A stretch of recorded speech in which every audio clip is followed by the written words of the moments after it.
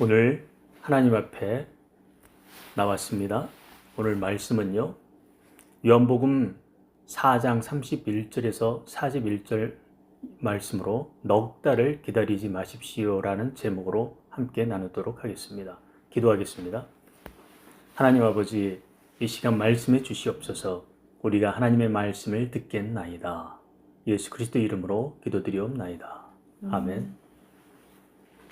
여러분, 톨스토이의 단편 소설에 사람은 무엇으로 사는가를 아십니까? 그 작품집에요, 곡식은 언제 거두어야 하는가라는 이야기가 있습니다.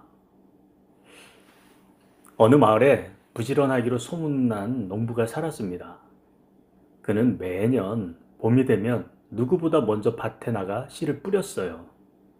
그리고는 정성스럽게 밭을 돌보았습니다. 잡초를 뽑고 물도 주고요, 비료를 주었습니다. 그런데 이상한 일이 벌어졌어요. 추수 때가 되어도 그는 추수를 하지 않았습니다. 이웃에 있는 농부들이 물었어요. 왜 그러냐고. 여보게, 자네 밭에 곡식이 다 익었는데 왜 추수를 안 하는가? 그 농부가 대답을 했습니다. 아직 때가 아닙니다. 조금 더 기다려야 합니다. 제가 계산해 보니요, 씨를 뿌린 지 딱 넉 달이 되어야 추수를 해야 합니다. 아직 3개월 27일밖에 안 되었습니다. 3일만 더 기다려야 합니다. 이웃에 있는 사람들이 걱정을 하기 시작했습니다. 지금 안 거두면 폭풍이 와서 다 쓰러질 텐데. 하지만 그 농부는 고집을 부렸습니다. 아니요, 원칙을 지켜야 합니다. 정확히 넉 달이 되어야 합니다. 라고요. 그런데 그날 밤 안타깝게도요, 정말 큰 폭풍이 불어왔습니다.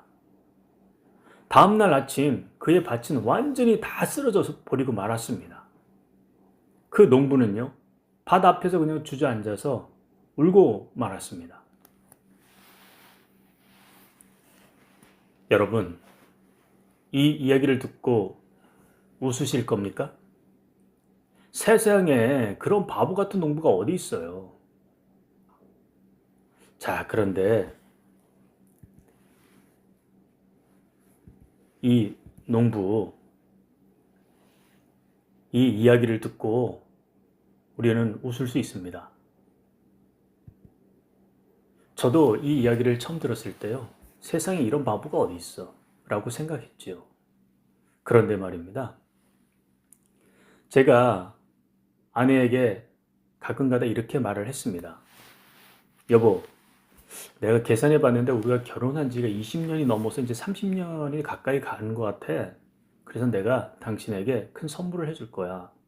앞으로 3년만 더 기다려줘. 늘 이런 식으로 말을 할 때 아내가 말했습니다. 뭐라고 했는지 아십니까? 이제 그런 말 그만하고 설거지나 좀 해줘요. 여러분, 저는 깨달았습니다. 아, 사랑은 나중에가 아니라 지금 당장 설거지를 하는 거구나 하고요. 그런데 정말 우스운 건 뭔지 아십니까? 우리가 하나님께 똑같이 한다는 거예요. 하나님, 조건 다 갖춰지면 그때 헌신할게요. 계산해 보니까요, 딱 넉 달, 아니 3년, 아니 은퇴하면요. 그러면 그때 하나님께서 뭐라고 하실까요? 내 아들아, 내 딸아, 지금 당장 네 옆에 그 사람부터 한번 사랑 한번 해보렴. 사랑하는 성도 여러분, 하지만 우리가 바로 그 농부입니다. 우리는 때가 되었는데도 아직 아니야, 조금 더 기다려야 해 라고 미루고 있습니다. 오늘 예수님께서 우리에게 하시는 말씀은요, 딱 한 가지입니다. 지금이 바로 그때입니다. 오늘 본문을 보면요, 예수님과 제자들은 사마리아 수가성 우물가에 있었습니다. 예수님께서 사마리아 여인과 긴 대화를 나누고 있었습니다. 그때 제자들이 마을에 가서 음식을 사왔어요. 그래 예수님께 라삐어 이 음식을 잡수소서 하고 권했습니다. 그런데 예수님은 이상한 말씀을 하시는 거예요. 내게는 너희가 알지 못하는 양식이 있느니라 하고요. 제자들이 좀 어리둥절했습니다. 누가 음식을 갖다 드렸나? 서로 얼굴을 쳐다보았죠. 그때 예수님이 설명하십니다. 34절 우리 함께 볼까요? 함께 34절을 보겠습니다. 예수께서 이르시되 나의 양식은 나를 보내신 이의 뜻을 행하며 그의 일을 온전히 이루는 이것이니라. 그리고 이어서 오늘 우리가 정말 집중해야 할 말씀이 있습니다. 35절을 다 함께 한번 읽어보겠습니다. 35절 시작. 너희는 넉 달이 지나야 추수할 때가 이르겠다 하지 아니하느냐. 그러나 나는 너희에게 이르노니 눈을 들어 밭을 보라. 희어져 추수하게 되었도다. 희어져 추수하게 되었도다. 당시 팔레스타인 지역의 농사 일정은 정확했습니다. 11월에 씨를 뿌리고요. 12월부터 2월까지 비가 내리면 곡식이 자랍니다. 그리고 3월부터 건조해집니다. 그리고 곡식이 익어 가는 것이죠. 그리고 4월달, 6월절 무렵이 되면요 모두 추수를 했습니다. 딱 넉 달입니다. 이것은 자연의 법칙이었어요. 농부는 씨를 뿌린 후 할 수 있는 것이 아무것도 없었습니다. 잡초를 뽑고 기다리고 비가 오기를 또 기도하고 또 기다리는 것 뿐이었습니다. 제자들도 이 사실을 너무나 잘 알고 있었습니다. 그들 중 많은 이들이 어부였습니다. 그럼에도 불구하고 당시 유대인들이라면요, 누구나 이 농사의 기본은 다 알고 있었습니다. 씨 뿌리기, 넉 달 기다리기, 그리고 추수하기. 이것은 바꿀 수 없는 공식이었습니다. 그런데 이 넉 달의 법칙이 우리 삶에도 그대로 적용되고 있지 않습니까? 우리는 모두 자신만의 넉 달 목록을 가지고 있어요. 20대 청년이 말합니다. 30대가 되면 직장이 안정되면 내가 헌신하겠습니다. 30대는 말합니다. 40대가 되면 아이들 교육 다 끝나면 그때 제가 봉사하겠습니다. 40대는 말합니다. 50대가 되면 집 대출 이거 다 갚고 나면 그때 제가 11조 드리겠습니다. 50대는 말합니다. 60대가 되면 이제 은퇴하죠. 그때 제가 선교지에 가겠습니다. 60대는 말합니다. 건강이 좋아지면 체력이 회복되면 제가 섬기겠습니다.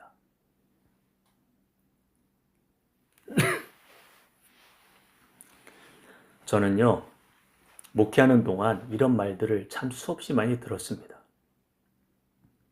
그리고 가슴 아픈 현실도 정말 수없이 많이 목격을 했어요.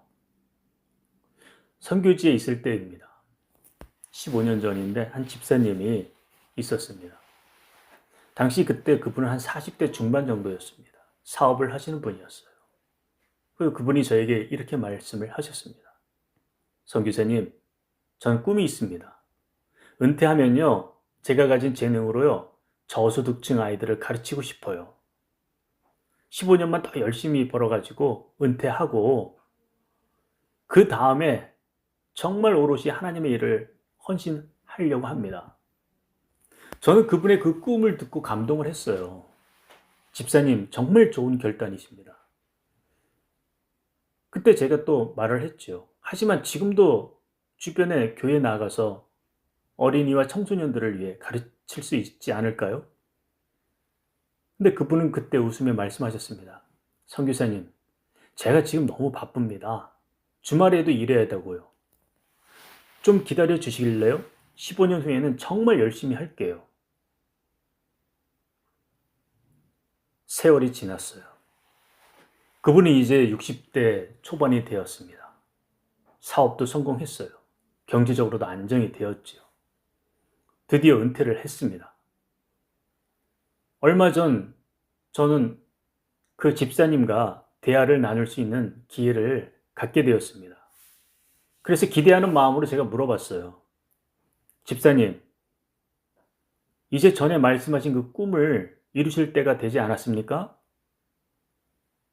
근데 그분의 표정이 영 아니었습니다. 선교사님, 제가 당뇨 진단을 받았습니다.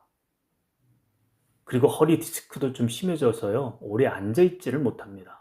계단 오르기도 좀 힘들고요. 청소년들을 가르치려던 그 체력이 있어야 하는데 제가 그때 15년 전에 그때 시작했어야 됐는데 그분의 음성이요. 울먹이듯 말하고 있었습니다. 선교사님, 왜 제가 그때 시작하지 않았을까요? 15년 전 저는 그때 정말 건강했는데 열정도 있었는데 정작 세월이 지나니 제가 준비되어 있지 못하고 이 현실이 되고 말았습니다.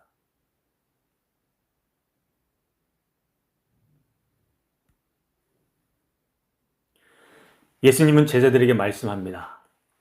눈을 들어 밭을 보라. 왜 눈을 들라고 하셨을까요? 제자들의 눈이 아래로 향하고 있었기 때문입니다. 그들은 방금 사온 그 음식만 보고 있었어요. 배고프다, 빨리 먹자. 그들의 관심은요, 오직 자기 자신밖에 없었습니다. 그냥 먹고 사는 거. 근데 그때 예수님은 그들에게 고개를 들라고 하십니다. 그리고 뭘 보라고요? 밭을 보라 라고 하십니다. 성경학자들은 말합니다. 이때 사마리아 사람들이 흰 옷을 입고요. 예수님을 보러 오고 있었을 것이라고요. 사마리아 여인들이 전도를 하고 난 후에 이 사마리아에 있는 모든 사람들이 달려왔을 것이라고요. 수가성 여인의 그 증언을 듣고요. 많은 사람들이 달려오는 모습. 그것이 마치요. 바람에 일렁이는 하얀 밀밭처럼 아마 보였을 것이라고요. 휘어져 추수하게 되었던 그 모습.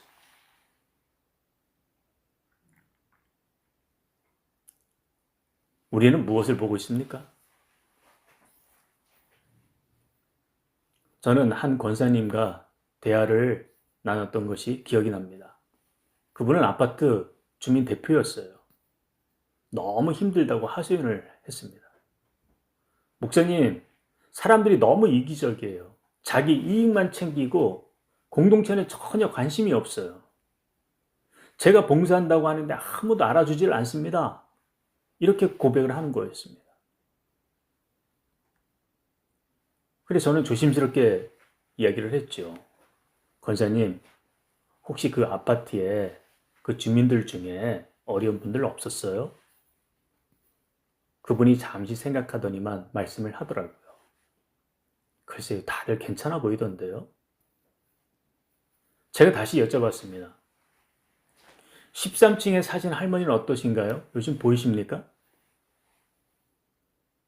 권사님 말하시더라고요. 아, 그분요? 요즘 잘 안 나오시네요. 다리가 불편해서 그렇습지. 제가 다시 물었어요. 그럼 5층에 사시는 그 외국인 가족은요?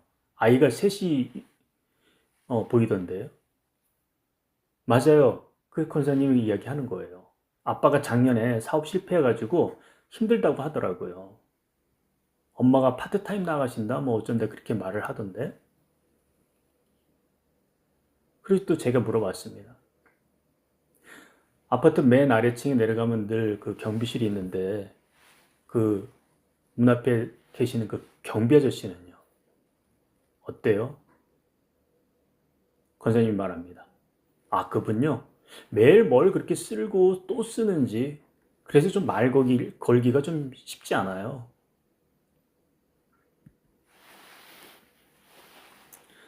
저는 권사님께 말씀드렸어요. 권사님, 눈을 들어 보십시오. 권사님, 이 아파트에 이미 추수할 밭이 있습니다.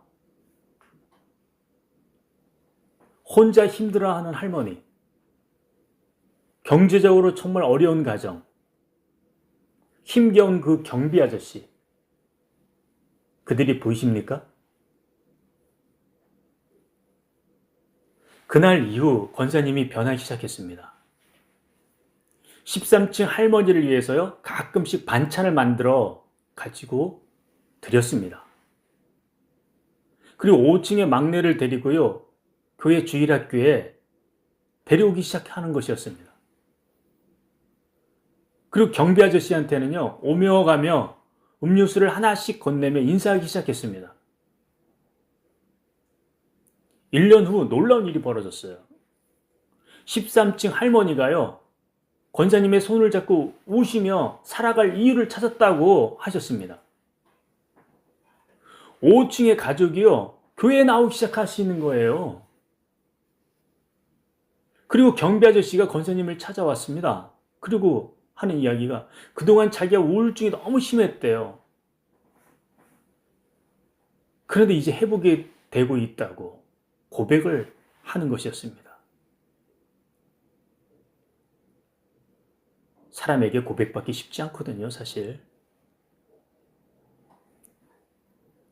그래, 그 권사님이 이제 저에게 이렇게 말씀하시더라고요.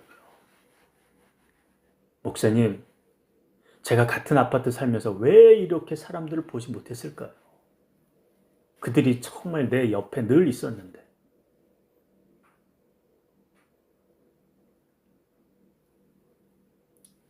눈을 들어 보십시오. 여러분 옆에, 여러분의 직장에, 여러분의 동네에 이미 휘어진 밭이 있습니다. 추수할 밭이 있다고요.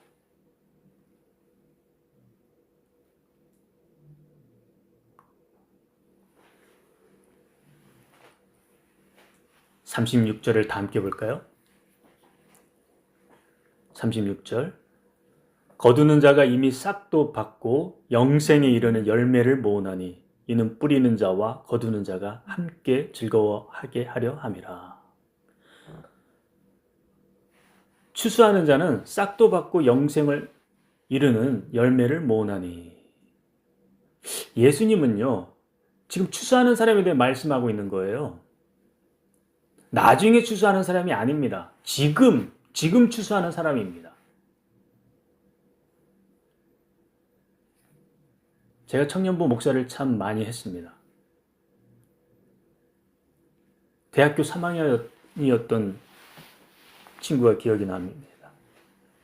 아르바이트와 학업으로 참 너무 바빴어요. 근데 그 친구가 어느 날 설교를 듣고 마음의 결단을 했다고 합니다. 나는 언제나 졸업하면, 취업하면, 안정되면 이라고 말을 했습니다. 근데 하지만 설교 듣고 난 그 시간, 아니야, 오늘부터 시작하자. 그래서 그 청년이요, 매주 토요일 날 오전 3시간 정도에 지역 아동센터에 나갔습니다. 봉사하러요. 그곳에 가서 헌신하기로 결단을 한 거예요. 근데 이제 계속 가서 봉사를 하니까 주변에 있는 친구들이 말을 하는 것이었습니다. 말린 거예요. 야, 너 지금 취업 준비해야지. 봉사는 나중에 해도 되잖아. 하고 이렇게 주변 친구들이 말렸어요. 근데 하지만 그 청년은요, 시작했어요. 그리고 계속 하는 것이었습니다. 매주 토요일 날 비가 오나 눈이 오나 그 아동센터에 나갔습니다. 아이들과 함께 공부도 해주고 놀아주고요. 때로는 그냥 아이들 이야기도 들어주고. 한 6개월이 정도 지났습니다. 그 청년이 저한테 이렇게 고백을 하는 거예요. 목사님, 이상한 일이 생겼어요. 제가 봉사를 가는 건데 오히려 제가 더 많이 받는 것 같아요. 아이들의 웃는 얼굴을 볼 때요, 제 힘든 일을 다 잊어버려요. 그리고 신기하게도요, 공부할 시간이 없는 것 같은데 더 늘어난 것 같아요. 전에는요, 하루 종일 공부를 해도 집중이 잘 안 됐었거든요.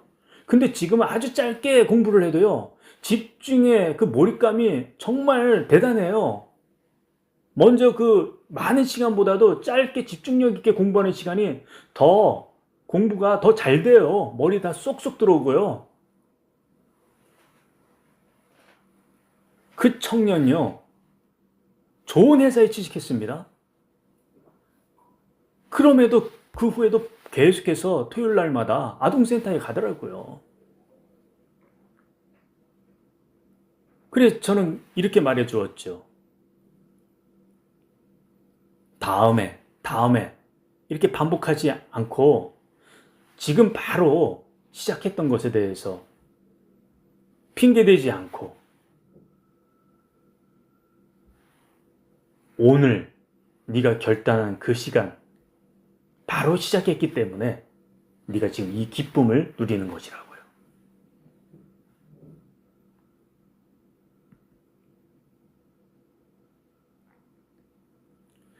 예수님은 계속해서 말씀하십니다. 37절과 38절을 우리 다 함께 읽겠습니다. 37, 38절 시작. 그런즉 한 사람이 심고 다른 사람이 거둔다 하는 말이 옳도다. 내가 너희로 노력하지 아니한 것을 거두러 보내었노니 다른 사람들은 노력하였고 너희는 그들이 노력한 것에 참여하였느니라. 이 말씀은요, 우리에게 정말 중요한 진리를 가르쳐 줍니다. 우리가 하는 모든 작은 순종이 정말 헛되지 않는다는 것이에요. 어떤 사람은 씨를 뿌립니다. 어떤 사람은 물을 주고요. 근데 어떤 사람은 또 걷어요. 그런데 하나님 이 모든 과정을 다 보고 계십니다. 그리고 각자의 그 수고들을 다 기억하신다는 겁니다.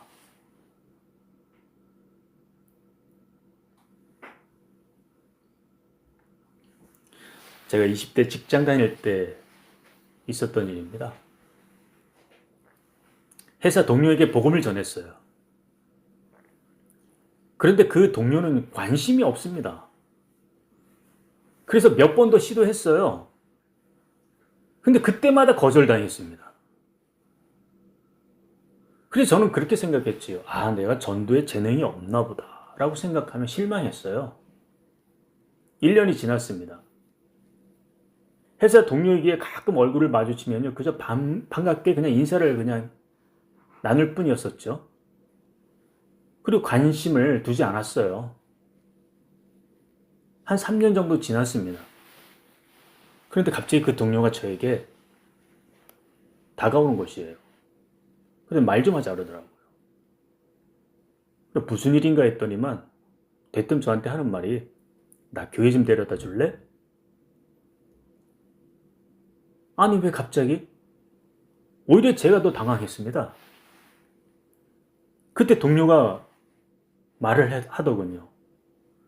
몇 번이고 네가 나한테 전도할 때 성경 말씀을 해준 그 말들이 계속 내 마음에 남아 있었어.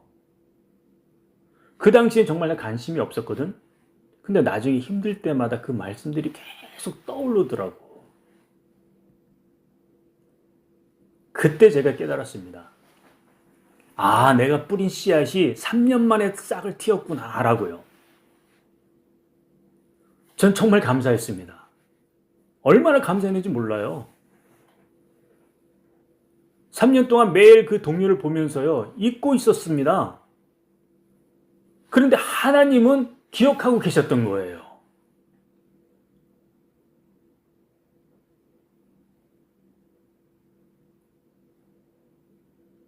여러분, 여러분의 그 작은 순종, 여러분의 그 작은 순종이 절대 헛되지 않습니다. 여러분이 오늘 한 그 작은 친절 있죠? 작은 사랑, 아주 작은 헌신의 그 씨앗, 그것이 반드시 싹을 틀 날이 올 것입니다. 그것이 언제 싹 틀지는 잘 몰라요. 그런데 반드시 열매를 맺습니다.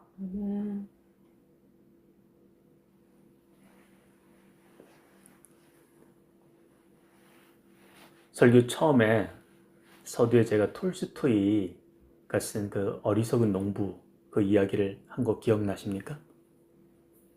넉 달이 정확히 되기를 기다리다가 폭풍을 맞아가지고 모든 것을 다 잃어버린 그 농부 말입니다. 사실 이 이야기는요, 그 다음 후속편이 있어요. 그 농부는 모든 것을 잃고 주저앉아서 울었지요. 그때 이웃의 한 농부가 다가갔습니다. 그리고 다 쓰러져 있는 그 밀단을 갖다가 자기 밭에서 그나마 그래도 추수해 놓은 것이 있었어요. 그것을 몇 개를 들고 가서 이 넉 달을 기다리고 추수하지 못한 이 농부에게 건네주었습니다. 이것이라도 가져가라고. 자네 가족이 이것을 통해서 그래도 며칠 정도는 먹을 수 있을 것이라고. 그 순간 이 바보 같은 농부는 깨달았던 거예요. 뭐라고요? 네, 내가 정말 바보였다고.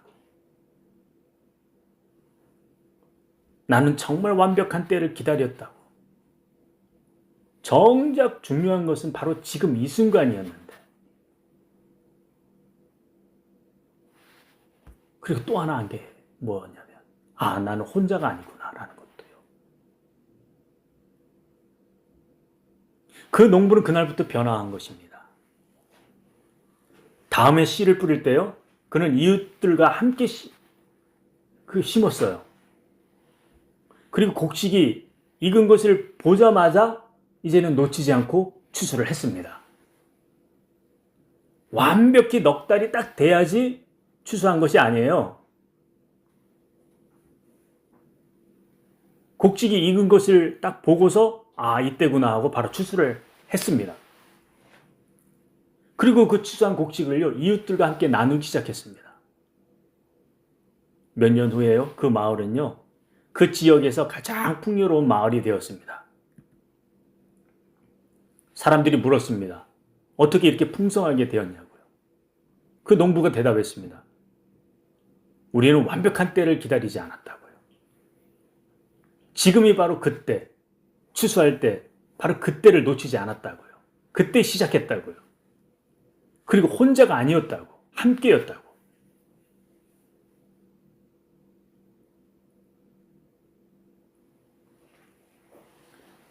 사랑하는 성도 여러분,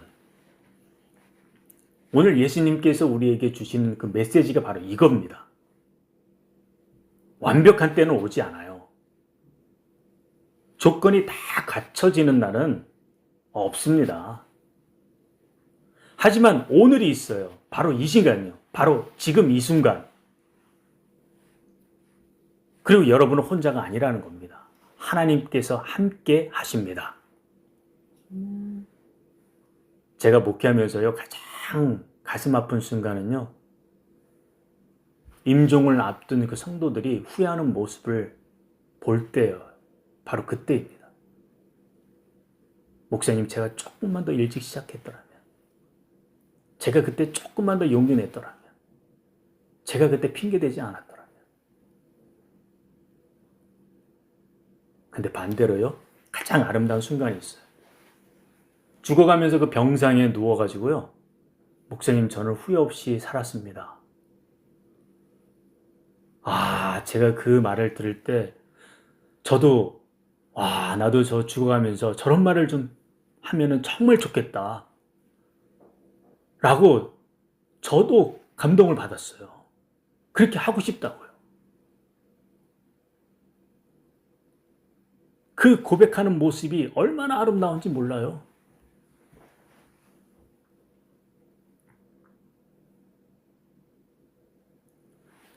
당신은 어떤 고백을 하고 싶습니까?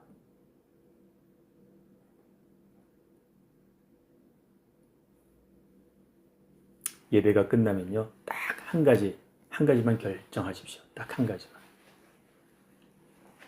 오늘 전화할 사람 한 명.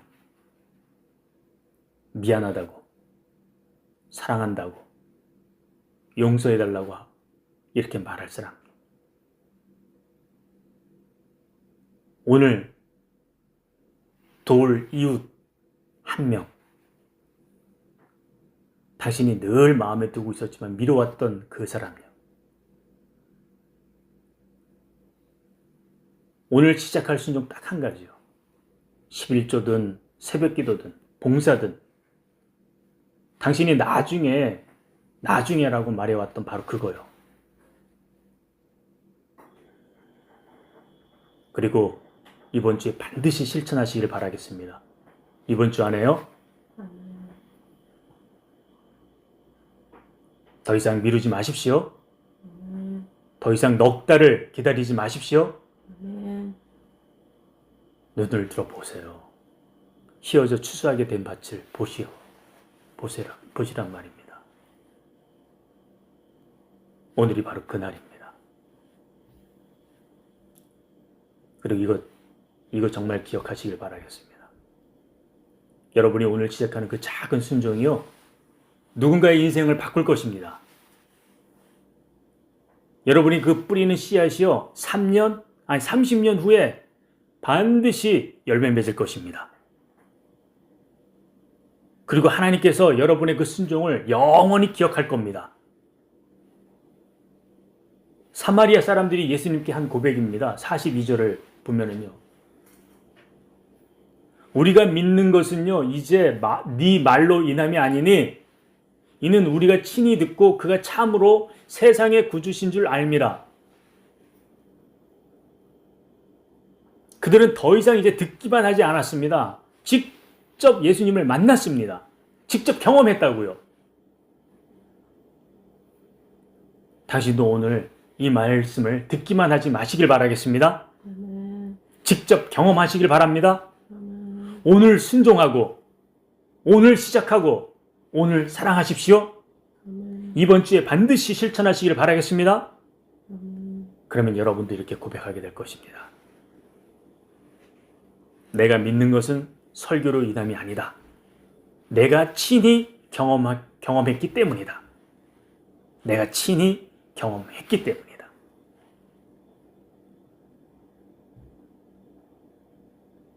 기도하겠습니다. 하나님 아버지, 더 이상 미루지 않겠습니다. 더 이상 조건을 핑계로 삼지 않겠습니다. 더 이상 완벽한 때를 기다리지 않겠습니다. 오늘이 바로 그날임을 믿습니다.